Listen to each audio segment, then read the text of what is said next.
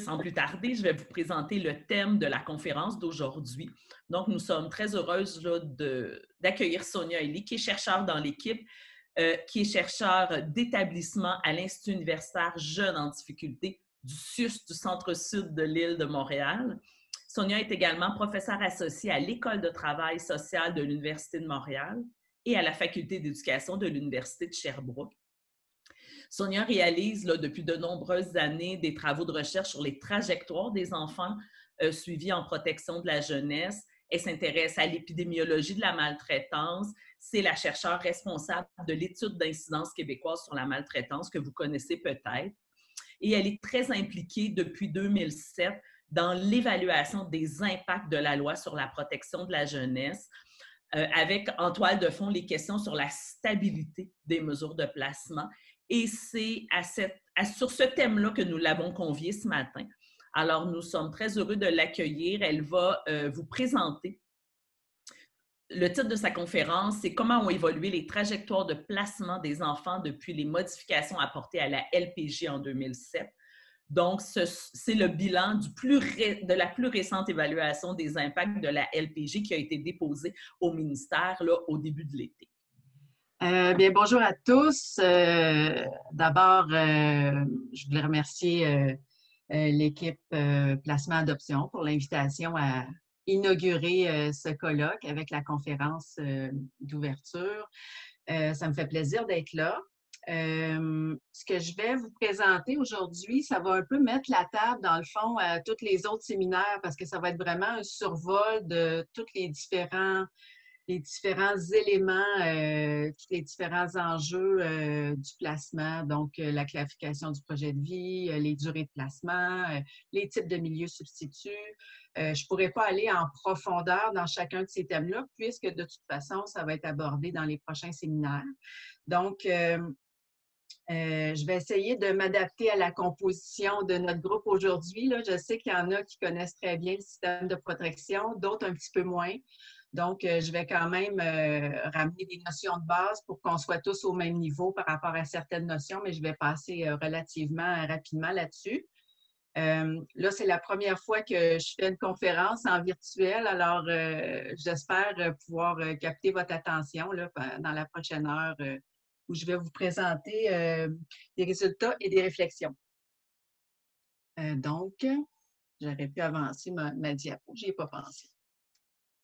Voilà, donc peut-être commencer en vous disant que le colloque aujourd'hui prend place dans un contexte qui est bien particulier, puis pas juste à cause de la pandémie, aussi parce que je pense qu'on est à l'aube de grands changements dans notre système de protection de la jeunesse. Il y a eu des récents événements, des réformes aussi dans les dernières années qui nous laissent entendre que on devrait voir des changements là, dans la prochaine année. En tout cas, je ne sais pas si je formule là des espoirs, de grands espoirs, mais si on regarde un petit peu dans les dernières années, là, il y a eu, je ne reculerai pas trop loin dans le temps, mais en 2007, évidemment, les modifications qui ont été faites à la loi sur la protection de la jeunesse, qui étaient quand même assez majeures. Il y en a eu d'autres depuis, dont certaines en 2019. La réforme Barrette, donc toutes les fusions au sein du réseau de la santé et des services sociaux en 2015. La Commission des droits de la personne et des droits de la jeunesse qui a émis des préoccupations sur le respect des droits des enfants dans le système de protection. C'était en 2015, qui a donné lieu, dans le fond, ensuite de ça, à un rapport de la vérificatrice générale qui pointait là, des lacunes, pas seulement les délais d'attente qui sont longs pour les enfants qui sont signalés, qui doivent être évalués en protection de la jeunesse, mais aussi des problèmes plus systémiques. La difficulté des services de prévention de jouer leur rôle, la difficulté des DPJ d'assumer leur rôle de protection au sein des CIS et des CIUS. Il y a toute une démarche aussi de révision des standards de pratique qui est en cours actuellement au ministère dans tout le réseau en protection de la jeunesse. Ça fait 30 ans que les standards de pratique n'ont pas été revus. Alors, on devrait avoir des nouvelles de ça dans les prochains mois, dans les prochaines années. Et puis, évidemment, la commission Laurent, qui devrait déposer son rapport en 2020, en novembre prochain, c'est-à-dire. Donc, tout ça donne à penser pour moi qu'il y a des décisions majeures qui vont devoir se prendre pour améliorer la protection des enfants au Québec dans les prochains mois, dans les prochaines années. Mais qu'est-ce qu'on sait dans le fond des trajectoires de placement des enfants dans notre système de protection? Comment ils ont évolué dans les dernières années? Ce que je vais vous présenter aujourd'hui, c'est à peu près les seules données dont on dispose sur les trajectoires de placement au Québec. Vous le savez, les DPJ, le ministère, évidemment, ils suivent les situations de protection. Ils ont des tableaux de bord, mais c'est souvent des données qui sont transversales, des données ponctuelles sur des volumes à un temps X. Alors, ce que je vais vous présenter aujourd'hui, c'est des analyses de cohortes longitudinales. Donc, c'est vraiment des groupes d'enfants qu'on a suivis dans le temps et pour lesquels on a examiné la trajectoire, ce qui donne des fois un portrait qui peut être assez différent de celui qu'on est habitué de voir là, dans nos tableaux de bord dans les établissements. Donc, voilà pour ça. Alors, le plan que je vous propose aujourd'hui, d'abord, un petit préambule, les grands principes de la LPJ, je vais passer rapidement là-dessus, et un survol là, des modifications qui ont été implantées en 2007. Parce que les données que je vais vous présenter aujourd'hui découlent un peu de ces changements-là qui ont été faits en 2007 dans la loi. Donc, je vais vous parler un peu de l'étude d'évaluation d'impact de la LPJ, qui est la principale source de données que je vais présenter aujourd'hui. Puis les données que je vais vous présenter, je vais vous les présenter en deux temps. D'abord, un portrait des trajectoires de placement, leur évolution. Donc, on va regarder le placement, dans quel type de milieu de vie on place, comment ça a évolué. On va regarder la stabilité en placement, mais aussi plus largement la permanence. Donc, quel type de projets de vie permanents sont mis en place, combien de temps ça prend avant qu'on atteigne la permanence pour les enfants. Donc, je vais vous faire un portrait de ça. Et ensuite, je vais mettre un focus un petit peu plus particulier sur les replacements, donc post-réunification qu'on appelle. Là. Donc, quand un enfant doit être réunifié et puis que malheureusement, ça mène à un replacement, on va examiner d'un petit peu plus près ces situations-là à la fin. Puis, quelques pistes de réflexion pour, on va essayer de se garder une bonne demi-heure de discussion. Est-ce que c'est beau jusqu'à maintenant? Est-ce qu'il y a des questions? OK, pouce en l'air, donc c'est beau. Donc, les grands principes, là, j'ai tiré les grands principes qu'on retrouvait dans le manuel de référence de la LPJ, puis qui réfèrent à certains articles de la Loi de la protection de la jeunesse. Je ne vais pas les regarder en détail avec vous. Je vais juste vous encadrer là, les deux dont il va être question dans tout le colloque, finalement, sur le placement et l'adoption, et qui vont être là en trame de fond constamment. C'est-à-dire l'importance que toutes les décisions qui sont prises en vertu de la LPJ tendent à maintenir l'enfant dans son milieu familial autant que possible. Puis quand ce n'est pas possible, bien d'essayer de lui trouver un milieu de vie là, qui assure la continuité des soins et la stabilité des liens. Donc ça, c'est vraiment un principe qui va guider un peu toutes les pratiques de placement à travers le Québec. Puis l'importance d'agir avec diligence, donc toute l'importance des durées de placement aussi qui va nous préoccuper beaucoup. Ensuite, bien, les modifications qui ont été faites en 2007, il y avait plusieurs objectifs à ces modifications-là, mais l'objectif numéro 1, c'était vraiment de réduire ce qu'on appelait les ballottements d'enfants d'une famille d'accueil à l'autre. C'est souvent ce qui a circulé comme information. Donc, officiellement, dans les termes, c'est favoriser la continuité et la stabilité des enfants. Parmi les nouvelles dispositions, bien, d'abord, il y a la réaffirmation de certains principes et certaines clarifications de principes. Alors, entre autres, on est venu vraiment préciser l'importance, quand il fallait placer un enfant, de privilégier le placement auprès des personnes significatives quand c'était toujours évidemment dans l'intérêt de l'enfant, d'impliquer étroitement les parents et vraiment d'assurer de vraiment, il y avait comme un emphase qui était mise là, sur l'importance de la continuité des soins et la stabilité des liens. Il y avait aussi des dispositions très précises qui ont été ajoutées en 2017 entre autres, l'introduction des durées maximales de placement qui varient selon l'âge. On va en reparler un petit peu plus tantôt. Ça a été comme la réforme majeure. Ça se faisait déjà ailleurs dans d'autres juridictions dans le monde et nous, on a implanté ça donc en 2007. On a ajouté des motifs de protection. Donc, on a ajouté la maltraitance psychologique, mais aussi les risques sérieux d'abus physiques, d'abus sexuels et de négligence. On a rétréci un petit peu la définition des troubles de comportement couverts par la loi. À partir de 2017, il faut que ce soit des troubles de comportement sérieux où le jeune porte atteinte à lui-même ou à son entourage.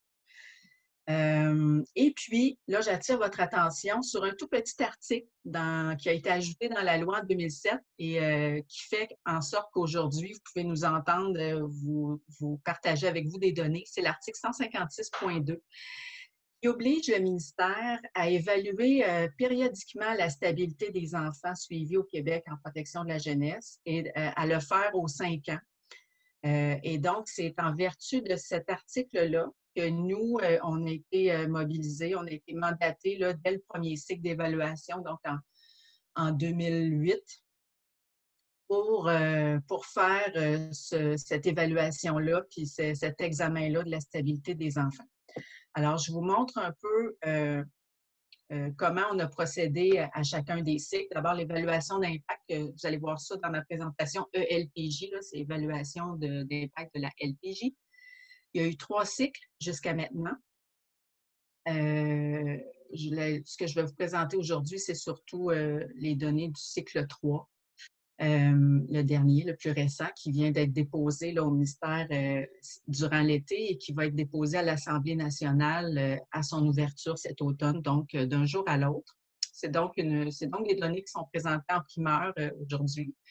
Le premier cycle d'évaluation s'est fait on a déposé notre rapport en 2011. Ça a fait état surtout des effets comme à court terme des modifications parce que ça faisait pas longtemps là, que ça avait été implanté. Et puis, on avait regardé aussi, on avait fait une évaluation d'implantation. On avait examiné comment ça s'était déployé dans les différentes régions. Le deuxième cycle, c'était pour voir, 8 ans plus tard, qu'en est-il de la stabilité? Alors, ça a été comme un premier portrait un petit peu plus long terme. Et puis, le troisième cycle dont le rapport a été déposé cet été, on a mis un focus sur la réunification et le replacement. Donc, c'est pour ça qu'aujourd'hui, je suis en mesure de vous présenter des données là-dessus. À chaque fois, chacun des cycles, on fait pas mal la même chose, ce qui permet de voir un peu l'évolution dans le temps d'un cycle à l'autre. C'est toujours le même objectif, c'est d'évaluer la stabilité et les conditions de vie des enfants depuis 2007. Puis il y a toujours un volet qualitatif et un volet quantitatif. Alors, le volet qualitatif, le sujet varie d'un cycle à l'autre. C'est ma collègue Sylvie Drapeau avec ses autres collègues aussi qui dirigent ce volet-là. Puis moi, je dirige le volet quantitatif avec ma collègue Marie-André Poirier. Puis au cycle 3, il y a Tonino Esposito qui s'est joint à nous aussi. Alors, dans le volet quantitatif, on essaye toujours un peu de revoir le même type de questions, c'est-à-dire jusqu'à quel point on a recours au placement, dans quel type de milieu substitut on place. Est-ce qu'on est en mesure d'assurer la stabilité des enfants une fois qu'on les a placés? Et quel type de projet de vie permanent sont mis en place et après quelle durée? Alors, en gros, c'est ce genre de questions-là auxquelles on tente de répondre et de voir comment tout ça évolue dans le temps. Je vais juste m'assurer que je n'oublie pas des choses importantes à vous dire. Non, ça va. Donc, notre équipe, pour les 2 volets, je vous présente les 2 volets-là. À chaque fois qu'on a fait l'évaluation LPJ, ça a été financé par le ministère de la Santé et des Services sociaux. Et là, ce que vous voyez, c'est les personnes qui ont contribué là, pour le cycle 3. Alors, comme aujourd'hui, la présentation va porter surtout sur le volet quantitatif, je vous présente plus précisément notre équipe pour notre volet. Donc, c'est avec Marie-André Poirier et Tonino Esposito que j'ai réalisé et mené cette étude-là. Et il y a toute une gang de professionnels qui nous appuient là-dedans, qui sont d'excellents analystes là, qui nous aident à bien traiter les données puis bien les utiliser. Voilà. Donc, le devis. Comment on a procédé, dans le fond, pour faire l'évaluation d'impact de la LPJ? D'abord, il faut que vous sachiez qu'à chaque fois, c'est fait, ce qui vous est présenté là aujourd'hui, là, c'est tiré exclusivement des données administratives. Alors, ce que les intervenants rentrent dans PIGE, pour ceux qui connaissent ça, le projet Intégration Jeunesse, c'est l'application de suivi de la clientèle. Ça génère des bases de données que nous, on peut exploiter comme chercheurs. C'est des données anonymisées, évidemment, là. Dénominalisées, je devrais dire. Puis SIRTF, c'est le système qui gère les placements et à partir desquels, nous autres, on va chercher plein d'informations sur les trajectoires de placement. Donc, aujourd'hui, ce que je vous présente, ça vient exclusivement des données administratives. L'utilisation des données administratives, c'est très intéressant parce que ça nous donne accès à des grosses cohortes, donc des gros volumes de cas. À l'échelle du Québec, on peut les suivre dans le temps, c'est longitudinal, c'est très riche. C'est très puissant, comme quand on sort des résultats avec ça, il n'y a pas de biais d'échantillonnage parce qu'il n'y a pas d'échantillonnage. On a toute la population qui nous intéresse, on l'a. Donc, il y a des travers à ça aussi, j'en parlerai à la fin, là. Mais donc, ça nous permet de faire des analyses qui sont très fiables à partir du moment où les données qu'on utilise sont saisies de manière fiable par les intervenants et les gens qui rentrent l'information dedans. Donc, les cohortes à l'étude, ben, je vous les présente. En fait, là, j'ai essayé de représenter ça un peu graphiquement, mais ce que vous voyez à l'écran, c'est l'échelle, le temps qui s'écoule avec les années à partir de 2003 jusqu'à 2018. Et là, la plupart du temps aujourd'hui, ce que je vais vous présenter, ça réfère aux 3 cohortes que vous voyez là. La cohorte pré, la cohorte post-1, la cohorte post-3. Okay? La cohorte pré, c'est des enfants qui sont rentrés. La partie plus foncée correspond là, au moment où les enfants sont rentrés dans les services de protection.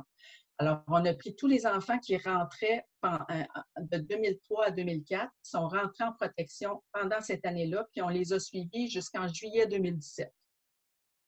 Okay. On a fait la même chose. On a pris des enfants qui rentraient dans les services de protection après les modifications à la loi de 2007, donc en septembre 2007. Jusqu'en septembre 2008, on a pris tous les enfants qui rentraient dans les services à l'évaluation, plus précisément, là. On les a suivis également pendant 4 ans, jusqu'en 2011. On a fait la même chose avec une cohorte un petit peu plus récente, qui sont rentrés plus récemment dans les services, donc en 2013-2014. On les a observés jusqu'en 2017.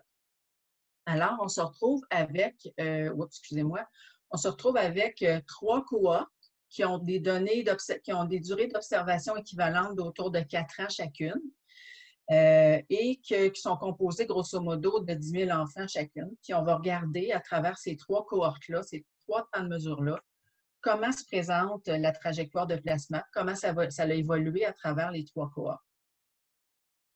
À quelques occasions dans ma présentation, plus vers la fin, je vais vous parler du portrait plus à long terme. Parce que là, ce qui était avantageux dans le cycle 3, c'est que notre cohorte poste 1 allongée, qui est rentrée dans les services en 2008, eh bien, on pouvait aller chercher toute la trajectoire de service sur les 9 années qui ont suivi, donc jusqu'en 2017, pour ces enfants-là. Alors, ce qui nous donne des données très riches et à très long terme sur la trajectoire des enfants quand ils rentrent dans les services pendant les 9 années suivantes. Alors, parfois, je vais vous présenter des résultats puis des données sur 9 ans d'observation. Et parfois, je vais vous présenter des données. Quand je vais vouloir comparer l'évolution dans le temps, je vais utiliser les 3 cohortes ici qui ont des durées d'observation plus courtes de 4 ans. Je reviendrai plus tard sur la cohorte post-1 allongée d'enfants réunifiés. C'est ma partie quand je fais le focus sur la réunification. J'en parlerai plus tard. Donc, ça met la table. Maintenant, vous savez tout. Alors, on peut y aller avec le recours au placement. D'abord,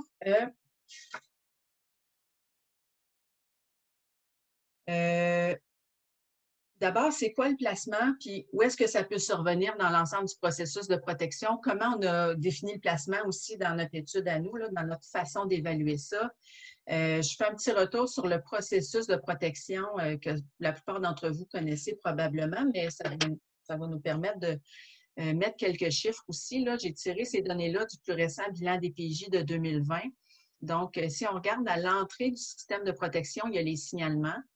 En 2020, ça représentait 118 316 signalements. Il faut savoir que parmi ces signalements-là, il y en a juste une partie qui va être retenue pour évaluation. À cette étape-là, il y a 40 seulement des signalements qui sont retenus pour évaluation. De ces 40 %-là qui sont retenus, on ne va pas décider qu'on va intervenir, qu'on va prendre en charge la situation dans tous les cas. À l'issue de l'évaluation, il peut y avoir 3 options. Soit que les faits sont non fondés, soit que les faits sont fondés, mais que ce n'est pas nécessaire d'intervenir parce que les parents prennent la situation en main puis font ce qu'il faut, ou au contraire, il faut intervenir parce que la sécurité ou le développement de l'enfant est compromis et là, il y a une prise en charge en bonne et due forme. Alors, on coupe ici encore un autre 40 % d'enfants qui vont être pris en charge. Et lorsqu'on prend un enfant en charge, ce n'est pas tous les cas qui sont placés, donc on peut commencer par tenter d'intervenir dans le milieu, ça peut être suffisant, des fois ça ne l'est pas. On peut opter pour un placement dès le début de la prise en charge aussi, sans même tenter un maintien dans le milieu. Donc, quand on parle de placement, là, en général, c'est surtout les placements à l'application des mesures dont on parle. Quand vous voyez des données comme dans le bilan des PJ, quand vous voyez des données circuler habituellement sur les taux de placement, on parle des taux de placement à l'application des mesures. Sauf que la plupart d'entre vous le savez probablement, les placements peuvent survenir à tout moment dans le processus de protection, autant pendant le traitement du signalement, son évaluation et tout ça. Donc, c'est important de savoir que dans notre définition du placement à nous, bien, on inclut tous les placements, peu importe à quelle étape du processus de protection le placement survient. Alors, on a vraiment une définition large du placement, c'est-à-dire on va considérer tout retrait du milieu d'origine, peu importe la durée du retrait, donc même si c'est juste des mesures de protection immédiate qui ne durent pas longtemps, peu importe le type de mesure, donc si c'est des mesures finales ou pas, des mesures judiciaires ou volontaires, on va les inclure. Peu importe le type de milieu, donc il y a peut-être dans nos participants aujourd'hui, dans notre auditoire, il y a peut-être beaucoup de gens des familles d'accueil. Ce que je vais vous présenter aujourd'hui, oui, ça inclut les familles d'accueil, mais ça inclut aussi les placements en centre de réadaptation, en foyer de groupe, en famille d'accueil de proximité. Donc, c'est un petit peu plus large. Et puis, c'est ça. Donc, le placement peut survenir n'importe quand à l'intérieur des 4 années. Okay? Parce que souvent, comme je le disais, on considère seulement les placements qui surviennent à l'application des mesures. Sonia, il y a quelqu'un qui demande est-ce que nous avons des données sur les placements en L4S? Dans ta présentation, les placements en L4S ne sont pas inclus parce qu'il s'agit vraiment d'évaluer l'impact de la loi sur la protection de la jeunesse. Et à ma connaissance, ces placements-là ne sont pas inclus non plus dans le bilan des DPJ. Est-ce que je me trompe? C'est une bonne question. Je ne sais pas si cette distinction-là est faite dans le bilan des DPJ. Je ne sais pas s'ils considèrent, mais d'après moi, ils doivent considérer seulement les signalements qui se font sous la LPJ. Okay. Il n'y en a pas beaucoup, hein, des signalements sous la LSJPA. Je n'ai pas les chiffres avec moi. C'est une petite portion. De la même manière aussi que les placements sous la LSJPA, aussi, ils ne sont pas inclus dans le portrait qu'on vous présente, là, vu que c'était vraiment une évaluation de la LPJ. Donc, dans le fond, les gens confirment que dans le bilan des DPJ, les placements en L4S ne sont pas inclus. Et à juste titre, Jessica nous rappelle que ces données-là de placement L4S sont une zone grise et que nous avons peu de connaissances sur ces aspects-là. Donc, malheureusement, non, ils ne sont pas inclus dans notre présentation de ce matin, mais c'est un questionnement important. Oui, tout à fait. Et d'abord, on a assez rapidement constaté que le taux de placement varie considérablement selon les caractéristiques de la clientèle. Donc, les groupes dans lesquels on voit que le placement est le plus fréquent, toujours avec la définition qu'il y a en haut de la diapo, là, c'est les tout petits et les adolescents. Donc, les bébés les bébés qui entrent dans les services là, à 0 à 1 an, il y en a 58 qui vont être placés au moins une fois dans les 4 années suivant leur entrée. Puis chez les jeunes de 12-17 ans, le taux de placement est de 68 les enfants qui sont suivis pour un motif d'abandon, ça ne nous surprend pas, évidemment, lorsque ce motif-là se présente dans le portrait, là, ça amène souvent à un placement qui, on l'espère, va mener à une adoption possiblement. Les enfants qui sont suivis pour des troubles de comportement sérieux, 74 vont être placés dans les 4 années suivantes.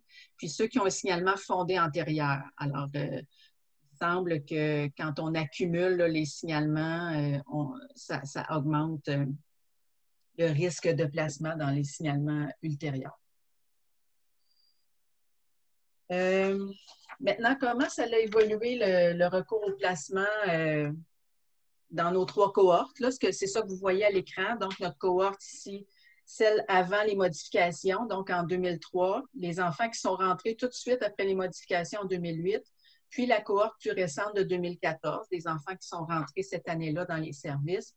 On voit qu'avant les modifications à la loi, il y avait 64 des enfants suivis en protection qui allaient, en fait, quand je dis suivis en protection, c'est 64 des enfants qui ont été évalués en protection de la jeunesse avec une mesure appliquée, peu importe si la mesure a été appliquée à l'évaluation ou à l'application des mesures. Là. Donc, tous les enfants auprès de qui on a dû intervenir, bien, il y en a 64 de ceux-là qui ont été placés quelque part dans les 4 années suivant leur entrée.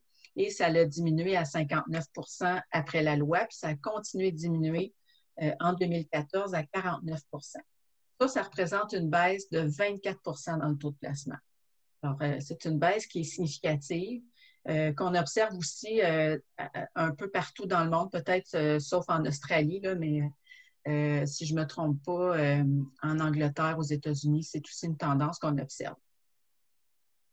Je veux vous dire aussi que si on regarde en 2014, là, parmi le 49 d'enfants placés, on a été assez surpris de constater que parmi ce 49-là qui était placé au moins une fois dans les 4 années suivant l'entrée, il y en a quand même le quart, c'est-à-dire 26 qui ne vont jamais être placés à long terme, vont toujours être placés moins que 60 jours. Alors, ça, c'est quelque chose que l'évaluation LPJ a permis de lever le voile sur l'importance des placements temporaires, les placements provisoires, les placements d'urgence. Bien souvent, dans toute la littérature sur le placement, puis dans les tableaux de bord aussi qu'on utilise dans les établissements, souvent, on va vraiment mettre le focus sur les mesures finales de placement. Donc, une fois qu'on a pris en charge, et c'est donc des mesures de 3 mois, 6 mois, 1 an. Alors là, ça nous donne un portrait assez différent. En fait, quand on le regarde là, dans les cohortes, dans la plupart des cohortes, c'est à peu près 90 des enfants placés qui, à quelque part, ont au moins un placement temporaire. Alors, ça touche beaucoup d'enfants parmi les enfants placés. L'autre chose que je veux vous dire aussi, c'est que ces cohortes-là que j'ai comparées, c'est mes 3 cohortes qui sont suivies sur 4 ans. Quand je prends ma cohorte de 2008 que j'ai allongée sur 9 ans, là, ce que je vois, c'est que c'est 63 des enfants qui vont être placés quelque part dans les 9 années suivant leur entrée dans les services. Alors évidemment, plus qu'on observe longtemps, plus qu'on a de chance de voir un placement survenir à un moment donné, mais ça nous donne une idée là, du taux de placement à plus long terme. Et ce que j'ai fait aussi, c'est que pour chacune des cohortes, je suis allée voir dans quel type de milieu on avait placé l'enfant. Évidemment, c'est des trajectoires sur 4 ans. Fait que les enfants, des fois, peuvent connaître plus qu'un type de milieu différent. Donc, la partie en orange que vous voyez en haut, c'est les enfants qui ont connu une mixture de types de milieux. Donc, autant des milieux de type familial ou type institutionnel. Dans institutionnel, j'ai inclus centre de réadaptation, foyer de groupe. Et les parties en bleu, c'est les ressources de type familial. Donc, ce sont les enfants qui sont placés soit en famille d'accueil régulière, famille d'accueil de proximité, ou un mélange des deux. Alors, ce qu'on voit, c'est que la proportion occupée par le bleu dans chacune des cohortes augmente. Alors, oui, peut-être que le recours au placement diminue dans le temps, mais lorsqu'on doit placer l'enfant, on a de plus en plus recours au milieu de proximité. Ce qu'on voit, c'est que la partie en bleu foncé, c'est les enfants qui ne sont placés qu'exclusivement en FAP, famille d'accueil de proximité. Il y a eu une grosse augmentation en 2008, c'est revenu plus à ce que c'était là, en 2014, avec des enfants aussi qui sont placés dans une combinaison de FAP avec d'autres milieux, qui, elle, est à 34 des enfants placés là, en 2014. Donc, ça s'enligne, c'est pas surprenant dans le sens où ça s'inscrit très bien là, dans le sens des modifications de la loi qui ont été faites en 2007. Sonia? Oui. Il y a une petite question de précision. C'est un détail. On voit que tu as des fins connaisseurs. Il y a quelqu'un qui demande est-ce qu'on considérait les postulants FAP ou seulement les FAP accrédités dans nos portraits? À quoi nous donnent accès, en fait, les données avec lesquelles on travaille? Et quelqu'un posait la question de est-ce qu'on considère les ressources intermédiaires, est-ce qu'elles sont incluses dans les placements institutionnels ou elles ne sont pas du tout incluses dans les portraits de placement? Oui, merci. Je vais pouvoir, ça me donne l'occasion de préciser ça un peu. Là. Les familles d'accueil de proximité, si vous saviez les difficultés qu'on a eues à se retrouver dans les données avec tous les changements qui sont survenus dans les dernières années avec la professionnalisation des familles d'accueil, le fait que les familles d'accueil de proximité acquièrent le même statut un peu là, que les familles d'accueil régulières a fait en sorte que dans les bases de données, il y a eu un flou pendant un certain temps sur comment on arrivait à distinguer tout ça. Mais bon, on est arrivé à faire la distinction et faire en sorte que quand je parle de FAP dans ma présentation, c'est autant celles qui sont accréditées, celles qui ne sont pas. Ce n'est pas FAP au sens légal, c'est FAP au sens milieu de proximité. C'est genre, est-ce que l'enfant est placé avec quelqu'un qu'il connaît ou est-ce qu'il est placé avec une famille d'accueil régulière qui est pas spécifique à lui? Donc, voilà pour cette précision-là. Puis, en ce qui concerne les milieux institutionnels, ici, j'ai inclus effectivement, en fait, les ressources intermédiaires sont incluses dans la mesure où on est capable de dire que c'est un foyer de groupe. Parce qu'il y a quelques ressources intermédiaires qui sont des familles d'accueil, des maisons d'accueil. Ceux-là, probablement qu'on les a mis, c'est très petit, c'est des petits nombres, ça ne changerait même pas les tendances générales ou les résultats qu'on observe, mais les ressources intermédiaires ont été mis soit en institutionnel, si c'était des foyers de groupe ou des résidences de groupe, soit en milieu familial, si c'était des maisons, pas des maisons d'accueil, mais des familles d'accueil, parce qu'il y en a des familles d'accueil ressources intermédiaires. Donc, est-ce que ça répond? Oui, OK. Donc, on a parlé du placement, du recours au placement. Maintenant, plus largement, les trajectoires de placement. Puis quand on parle de trajectoire de placement, bien, on va parler d'abord de stabilité, mais aussi de permanence. Souvent, la stabilité, là, ça se limite plus au déplacement d'un milieu substitué à un autre. Donc, le cas typique là, de l'enfant qui est ballotté d'une famille d'accueil à l'autre. Alors que la permanence, c'est un petit peu plus large. Ça inclut, on parle, oui, de stabilité, mais on parle aussi des projets de vie qui sont mis en place, puis de la permanence de ces projets de vie-là, puis de leur durabilité. Donc, d'abord, stabilité. Après ça, je parlerai de la permanence. Pourquoi on se soucie de la stabilité des placements? Bien, il y a évidemment toute la théorie de l'attachement dans les années, il y a quelques décennies, là, qui a clairement démontré l'importance pour un enfant d'avoir des liens affectifs qui sont stables pour son développement. Le placement, évidemment, parce qu'on change l'enfant de milieu, ça engendre un stress relationnel, ça force l'enfant à s'adapter à un nouveau milieu, des nouvelles figures parentales. Et ça, même si on le met dans un milieu qu'il connaît déjà, on peut penser qu'il y a quand même un stress relationnel du fait qu'il n'y a plus les mêmes contacts avec sa famille d'origine. Il faut savoir que les enfants en protection, évidemment, ils nous arrivent avec déjà des vulnérabilités. Puis il y a des études qui suggèrent certaines conséquences négatives associées au placement. Alors, puis on sait que les enfants placés sont parfois, souvent déplacés, dépendamment des portraits, et que cette instabilité-là, bien, elle engendre toutes sortes de problèmes émotionnels, affectifs, comportementaux, académiques. Donc, c'est un peu pour ça qu'on s'attarde à la stabilité de placement. Les facteurs en cause dans l'instabilité, dans la littérature, il y en a beaucoup. C'est un phénomène, c'est multidimensionnel. Je vous les ai mis ici, vous pourrez les avoir en référence, mais c'est pour ça que c'est si difficile à mesurer et c'est si difficile à comprendre. Il y a des facteurs autant liés à l'enfant qu'au milieu d'accueil, puis au milieu d'origine, puis à l'organisation des services de protection aussi.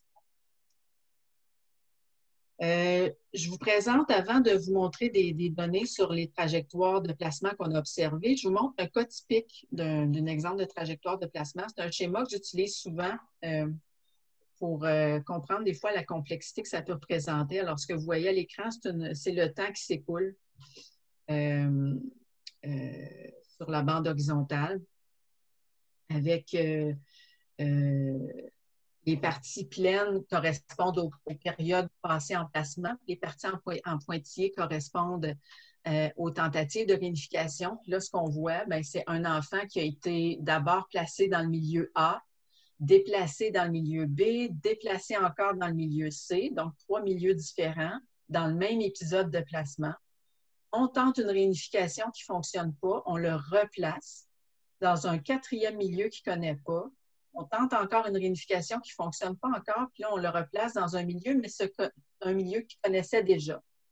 Donc, quand on a constaté toute cette complexité-là dans la trajectoire de placement, on s'est dit de mesurer juste le nombre de déplacements, ça ne rend pas bien compte de toute la trajectoire de placement. Parce que là, ce qu'on voit, c'est que cet enfant-là a vécu 2 déplacements. Il a vécu dans 4 milieux substituts différents, A, B, C, D. Il a vécu aussi des tentatives d'aller-retour qui n'ont pas fonctionné, donc des tentatives de réunification qui ont été suivies d'un replacement, puis en tout, ça fait 8 changements de milieu. Que oui, même quand l'enfant retourne dans son milieu après un épisode de placement, on peut penser qu'il y a un stress relationnel qui est là aussi. Donc, c'est pour ça que je vais vous parler d'abord de stabilité, mais qu'après, je vais vous présenter un portrait un petit peu plus à long terme. Il y a des questions, Marie-André? Ça avait l'air, non. OK. Je continue donc, parce que le temps file. L'instabilité, alors, l'instabilité a diminué dans nos 3 cohortes qu'on a ici. Ce qu'on voit, c'est qu'avant les modifications de la LPJ, les enfants vivaient en moyenne dans 2,4 milieux substituts différents durant les 4 années qui suivaient leur entrée. Ça a diminué à 2,3, puis c'est ensuite à 2,1, mettons. Donc, c'est une diminution qui est pas spectaculaire, mais qui est notable. Puis en dessous, ce que vous avez, c'est le nombre de milieux que l'enfant... La partie en bleu représente les enfants qui n'ont vécu que dans un seul milieu. En vert, c'est 2 milieux. En jaune, 3. Et en rouge, c'est la partie peut-être un peu plus inquiétante qui représente les enfants qui ont vécu dans 4 milieux et plus durant les 4 années suivant leur entrée. Donc, puis il faut dire aussi que... on en a parlé tantôt, là, les indices d'instabilité qu'on a observés pour les 2 premières cohortes, celles de 2003 et de 2008, sont conservateurs parce que une partie des placements qui avaient lieu dans des familles de proximité, on appelait ça des personnes significatives à l'époque, les confiés ne sont pas tous représentés dans les cohortes de 2003 et 2008, ce qui fait que possiblement que l'instabilité était plus élevée que ça. L'instabilité a diminué pour tous les groupes d'âge. C'est ce qu'on voit à l'écran. Donc, chez les tout-petits, la ligne orange, la ligne bleue, ce sont eux, aux 3 temps de mesure, dans les 3 cohortes, c'est eux qui vivent heureusement, dans le fond, le moins d'instabilité. Ils vivent dans un peu moins de milieux substituts différents que les autres groupes d'âge, mais la diminution dans l'instabilité, elle est modeste. La ligne grise représente les 6-11 ans. Eux vivent un peu dans un plus grand nombre de milieux substituts aux 3 temps de mesure, mais la diminution dans l'instabilité est plus notable.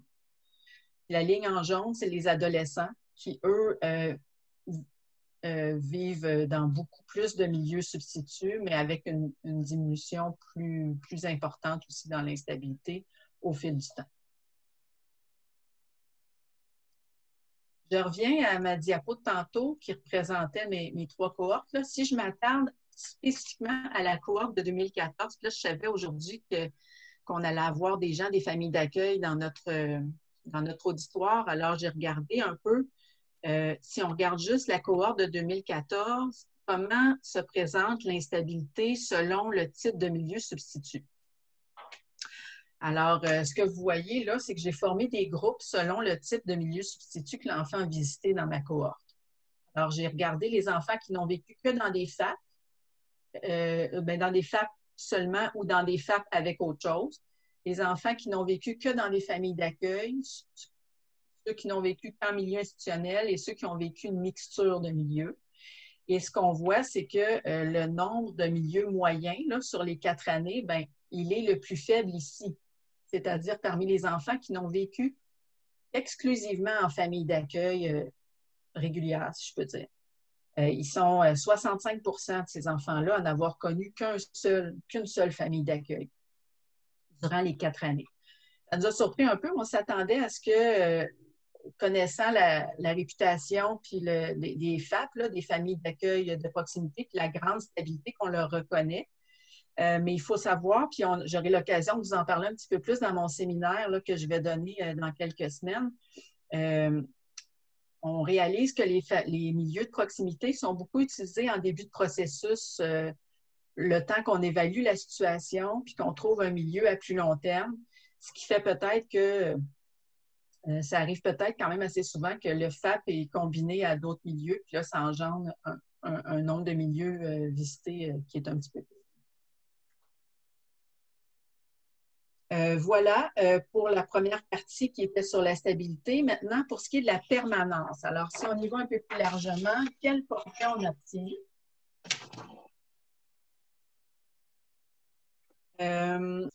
La permanence, là, ce n'est pas quelque chose qu'on a trouvé qui était défini dans la loi. La loi définit des durées maximales de placement au-delà desquelles il faut assurer la permanence, mais la loi ne dit pas c'est quoi un projet de vie permanent.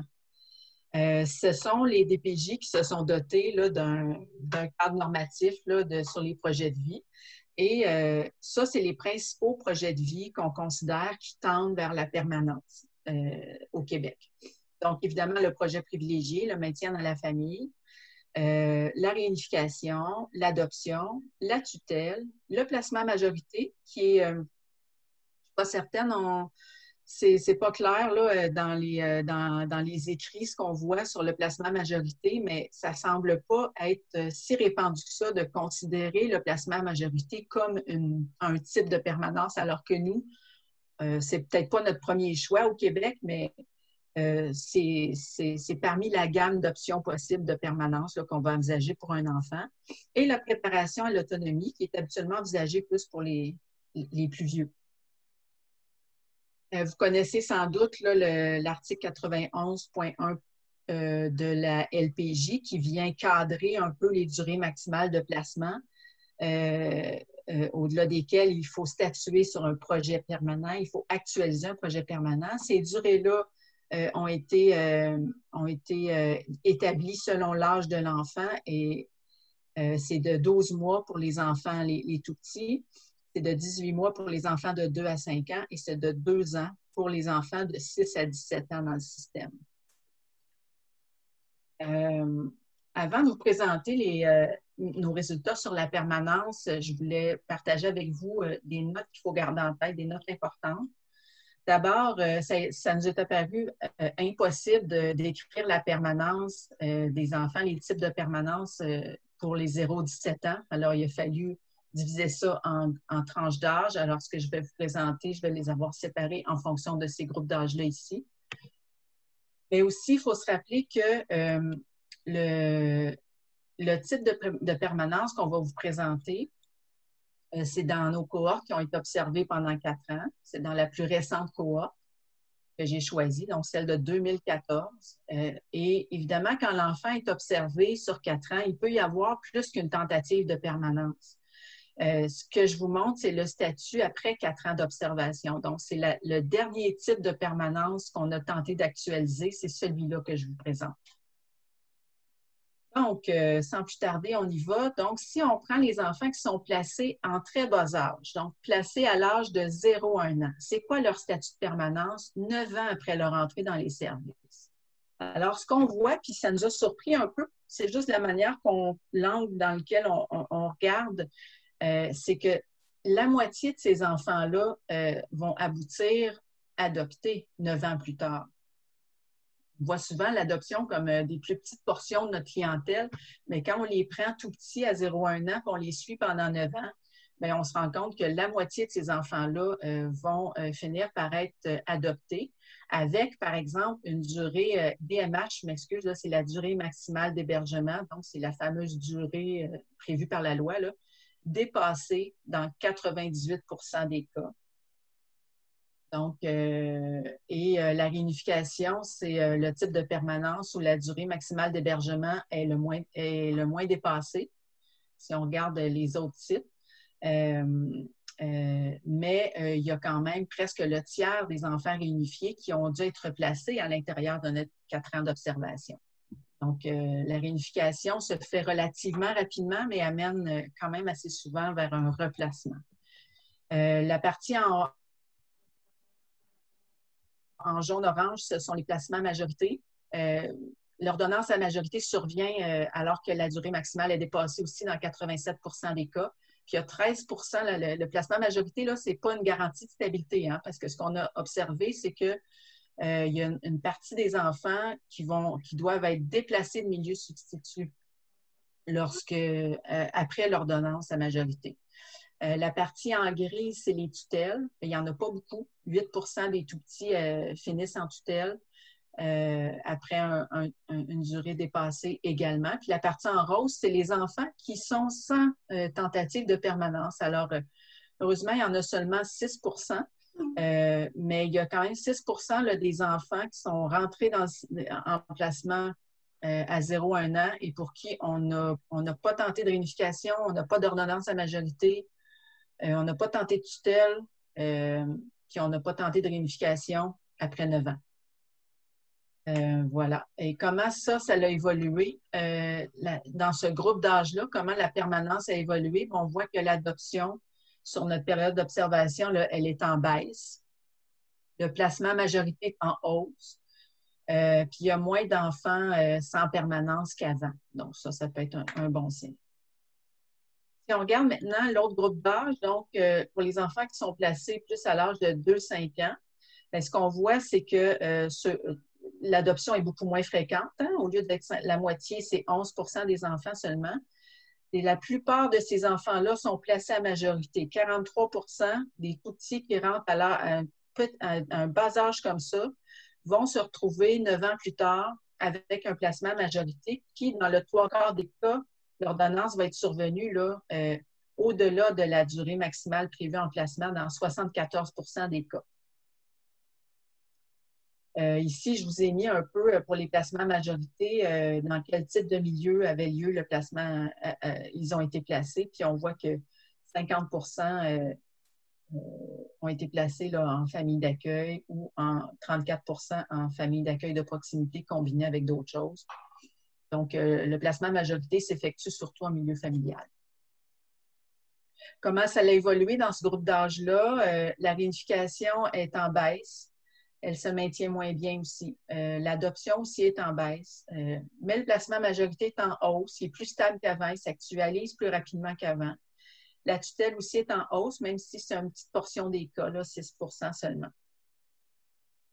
Ensuite, chez nos 6-11 ans, qui est notre plus gros volume d'enfants, c'est ce groupe d'âge-là, 6-11 ans en protection de la jeunesse. Ce qu'on voit, c'est qu'ils sont surtout réunifiés, ces enfants-là. Donc, 51 vont être réunifiés 9 ans après leur entrée dans les services. Après une durée maximale dépassée là, dans 34 des cas, puis le quart de ces enfants-là, le quart des enfants réunifiés doivent être replacés à l'intérieur de notre 4 ans d'observation. Aucune adoption rendue ici. Alors, l'adoption, ce n'est pas une option qui est envisagée pour les enfants qui rentrent en placement à cet âge-là. Comment ça a évolué dans le temps dans ce groupe d'âge? La réunification est un peu plus fréquente qu'avant. Le placement à majorité est moins fréquent. Si on regarde chez nos adolescents, on voit qu'ils sont surtout réunifiés. 67 d'entre eux sont réunifiés durant nos 4 années d'observation. Ça se maintient relativement bien. 14 seulement sont replacés. Par contre, 17 ont un placement à majorité qui n'est pas stable du tout.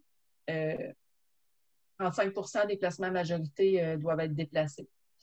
La préparation à l'autonomie est plus importante. C'est les plus vieux, donc c'est normal. Probablement que c'est quelque chose qu'on envisage plus pour ceux qui ont autour de 16-17 ans et encore aucune adoption. Ça n'a pas beaucoup évolué, le portrait chez les adolescents. C'est pas mal les mêmes types de permanence qu'on applique dans les dernières années. Et voilà.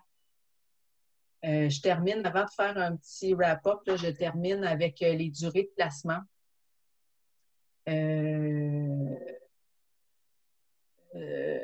Oui, c'est ça. Donc, les durées, parce que là, on a parlé des durées, les pourcentages d'enfants qui dépassaient les durées maximales. Maintenant, en termes absolus, là, ça ressemble à quoi une durée de placement pour un enfant au Québec? Alors, la moyenne des durées, quand on observe pendant 9 ans, c'est 600 jours de placement, c'est-à-dire à peu près 1,6 années sur l'ensemble de notre cohorte d'enfants qui sont rentrés en 2008.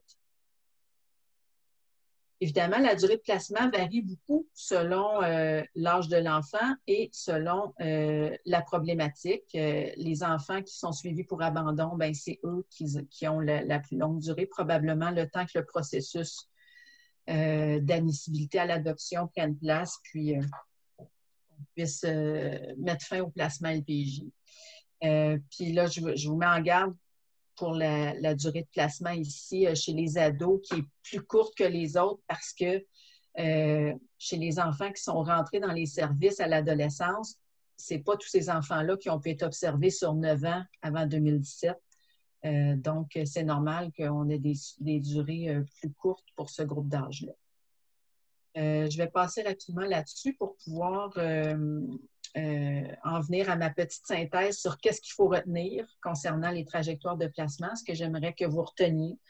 D'abord, c'est que le recours au placement a diminué dans le temps. Donc, on place moins, mais quand on place plus souvent en FAP, en famille d'accueil de proximité. L'instabilité, elle est présente, mais elle n'est pas généralisée à toute la clientèle, puis elle a diminué de 24 la capacité du système de protection, c'est ça, on s'est peut-être amélioré sur le plan de la stabilité, mais il reste encore beaucoup de défis sur le plan de la permanence, on l'a vu. Les durées maximales de placement sont en hausse et elles sont souvent dépassées. Le placement à majorité est très fréquent alors que l'adoption, la tutelle et la préparation à l'autonomie sont relativement peu utilisées comme option de permanence. Alors, considérant là, que la LPJ se veut une loi d'exception, on peut se demander pourquoi on en arrive si souvent à des placements à majorité, même pour des enfants qui rentrent très jeunes dans le système. Pour terminer, le point de mire sur la réunification, je vous parlais de mes cohortes tout à l'heure. Alors, je vous rappelle que les analyses qu'on a faites pour décrire, d'abord, on a voulu, en faisant notre point de mire sur la réunification et le replacement, on a voulu voir d'abord, c'est quoi la fréquence des replacements? On en a eu un aperçu tout à l'heure, là, je vous les ai donnés dans mes points de tarte, mais après combien de temps le replacement survient après la réunification? Quel type de problématiques reviennent au moment du replacement? Donc, on l'a regardé plus en détail. Puis, quels sont les facteurs associés? Est-ce qu'il y a des caractéristiques qui sont là dès le départ qui nous permettent de prédire qu'il va y avoir un replacement? Alors, ce qu'on a fait, c'est qu'on a pris notre cohorte poste 1 allongée, donc les enfants qui sont rentrés en 2008 dans le système. On a pris parmi ceux-là ceux qui avaient été réunifiés, puis on les a observés donc aussi jusqu'en 2017. Donc, ce qu'on a trouvé, c'est que le risque de replacement sur les 9 années suivant l'entrée dans les services, il est de 61 %. Donc, pour un enfant qui est rentré en 2008 dans nos services, qui a été évalué, qui a été placé et réunifié, son risque d'être replacé à nouveau à l'intérieur avant 2017, c'est de 61 %.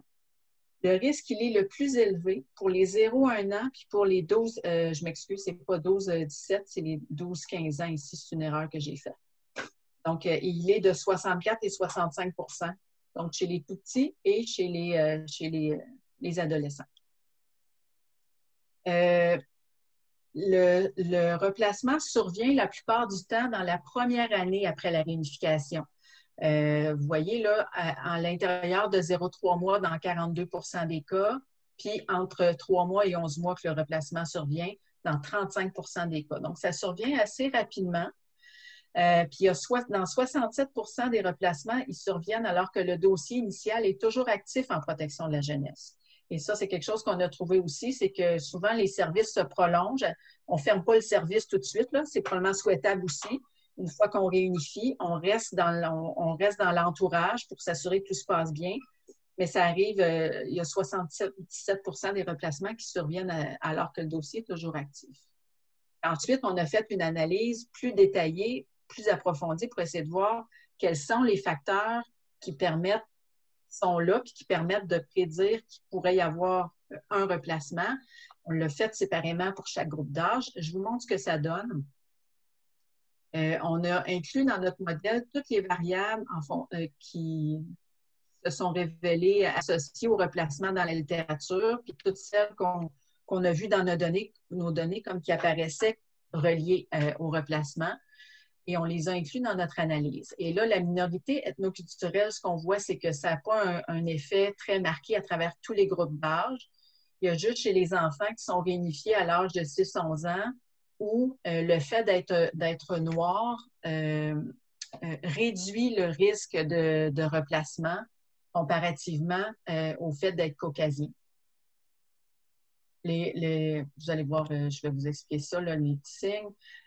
Quand j'ai mis des plus rouges, c'est parce que c'est un facteur qui augmente le risque de replacement. Puis quand j'ai mis des moins verts, c'est un facteur qui réduit les risques de replacement. Donc, le fait d'être noir réduit le risque d'être replacé comparativement au fait d'être caucasien, mais juste chez les 6-11 ans. Quand on regarde les différents motifs d'intervention avant la réunification, ce qu'on voit, c'est que chez les tout-petits, c'est la négligence et l'abandon qui est associé au replacement, alors que chez les plus vieux, c'est l'abandon et les troubles de comportement. Et ça nous a beaucoup questionné, entre autres chez les tout-petits. Ça nous a surpris de voir à quel point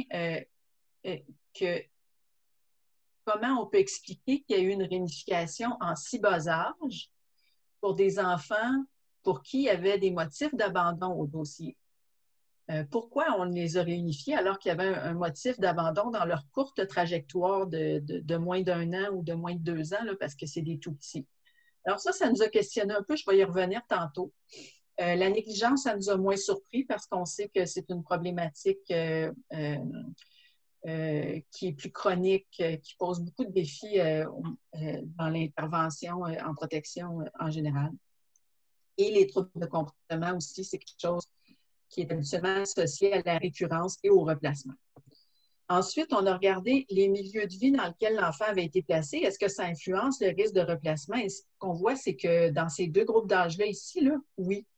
En fait, c'est que le risque de replacement est plus élevé lorsque l'enfant vit dans une mixture de milieux différents et lorsqu'il vit en milieu institutionnel par rapport au fait de vivre en famille d'accueil de proximité. Fait que là, notre idée, c'est à dire, est-ce que c'est vrai que les familles d'accueil de proximité, c'est si stable que ça? Puis, ce qu'on voit, c'est que le fait de vivre en famille d'accueil n'a pas d'effet, n'a pas de bénéfice ou de désavantage par rapport au fait de vivre en famille d'accueil de proximité.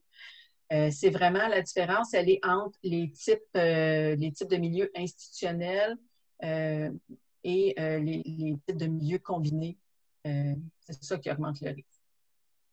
Et il me restait une dernière série de facteurs qui sont plus des descripteurs de trajectoire. Là, je ne vois pas bien mon écran.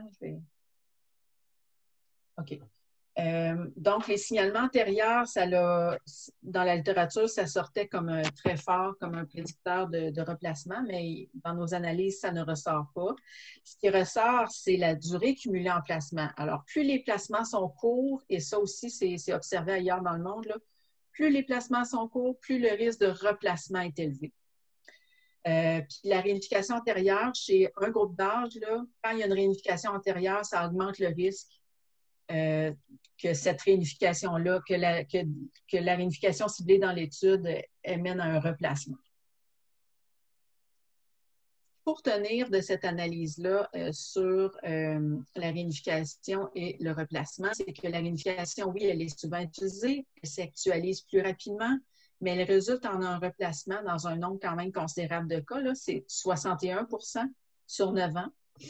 Puis les facteurs associés au replacement, je les ai rappelés ici, donc c'est ceux qui ressortaient dans ma diapo précédente. Quelques pistes de réflexion avant de terminer, parce qu'on vous laisse garder un peu de temps pour la discussion.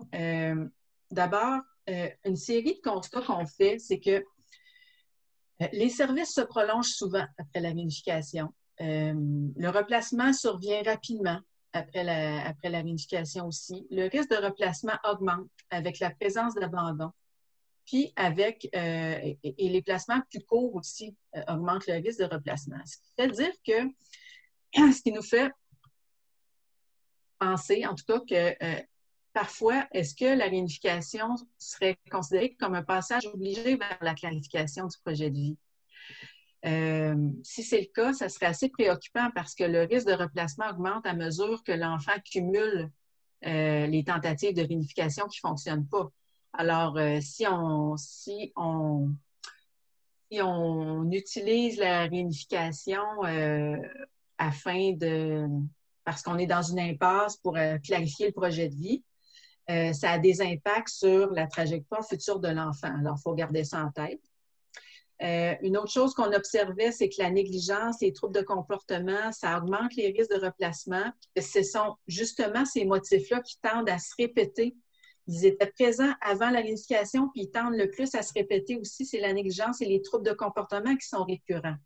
Donc, ce que ça nous dit, c'est que la chronicité de ces situations-là appelle vraiment une intervention soutenue qui mobilise la famille, l'enfant et son entourage vraiment dans une approche multisectorielle, multidimensionnelle. Donc, qui n'est pas évident là, dans le contexte actuel.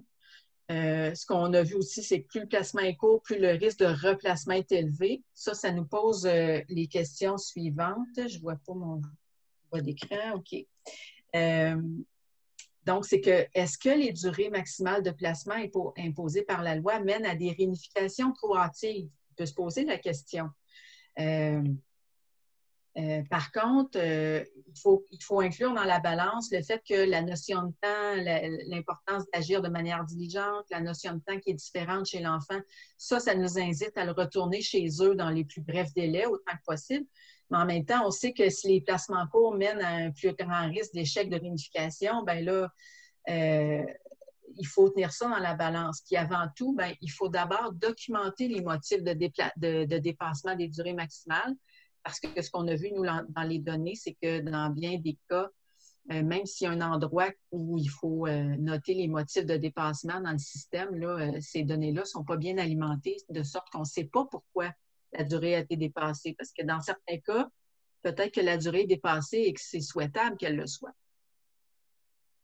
Voilà, portée limite, je vous le disais tout à l'heure, c'est des analyses de cohorte qui ont beaucoup d'avantages à cause des données administratives, de la grande puissance d'analyse représentative et fiable que ça donne. Par contre, Par contre, ça fait des analyses qui sont plus pauvres en données cliniques. Alors, ça serait le fun de connaître un petit peu plus les contextes d'émergence, les contextes de vie, les profils psychosociaux de ces enfants-là, de leurs parents, pour mieux comprendre. C'est pour ça qu'on fait un volet qualitatif aussi, toujours en même temps que le volet quantitatif. Alors, voilà, j'espère que j'ai réussi à vous tenir réveillé pendant 7 heures de présentation. Il nous reste un petit peu de temps s'il y a des éléments de discussion qui peuvent être apportés.